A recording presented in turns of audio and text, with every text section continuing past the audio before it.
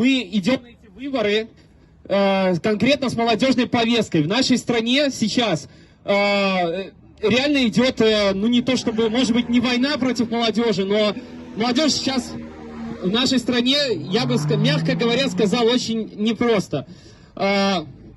Конкретно этот митинг, этот агитационный митинг посвящен проблеме 328. У нас есть такая статья в Беларуси, 328, которая очень является, наверное, самой неадекватной вообще во всем нашем белорусском законодательстве. И такой статьи антинаркотической, как в Беларуси, нет нигде. Я поясню, что это такое. Сегодня в Беларуси, не то что сегодня, каждый год в Беларуси по статье 328 осуждают порядка 4000 человек за преступления, которые с большего не являются вообще насильственными и преступлениями как таковыми.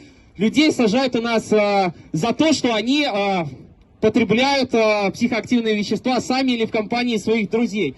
Эти люди не причиняют никому вреда, эти люди не нарушают свободу и права других граждан. И сажать этих людей на 5, на 8 и на 10 лет, я считаю, мягко говоря, неадекватно. Актера Купаловского театра Артема Бородича посадили на 5 лет за марихуану в его холодильнике. Эрнсту Королюку из Бреста дали 9 лет за то, что он заказал семена какого-то кактуса по почте. Клим Моложавый, вокалист группы Botanic Project, 9 лет ему дали.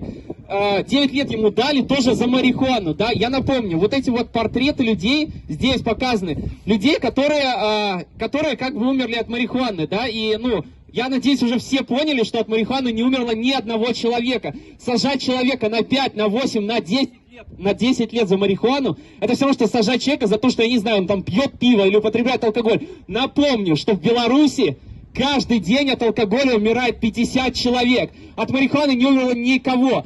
Так я хочу спросить, за что сажают молодых людей в нашей стране? По словам главы наркоконтроля Казакевича, который по ОНТ буквально 2 дня назад говорил о том, что 80% наркорынка Беларуси это марихуана и каннабис. Я напомню, что в среднем у нас сажают в Беларуси людей по статье 328 на 8-10 лет. Так я хочу спросить, а вы вообще с чем боретесь? С чем борется вообще наше государство, да, когда продает дешевый какой-то контрафактный алкоголь, да, когда 50 человек у нас в день умирают от алкоголя, при этом за марихуану, за подростков у нас сажают на 10 лет. Понимаете, легко прикрываться борьбой за здоровье молодежи, да, в нашей стране. Но сегодня в Беларуси борьба за здоровье молодежи обернулась войной против этой самой молодежи. Если сегодня на 5 лет тебя могут посадить на марихуану, то завтра вне закона могут оказаться легко те, кто употребляет алкоголь в нашей стране. Дальше.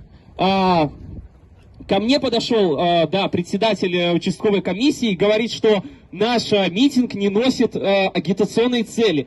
Рассказываю на пальцах. Молодежный блок. У нас есть сайт «Молодь Бел». У нас есть 3 повестки.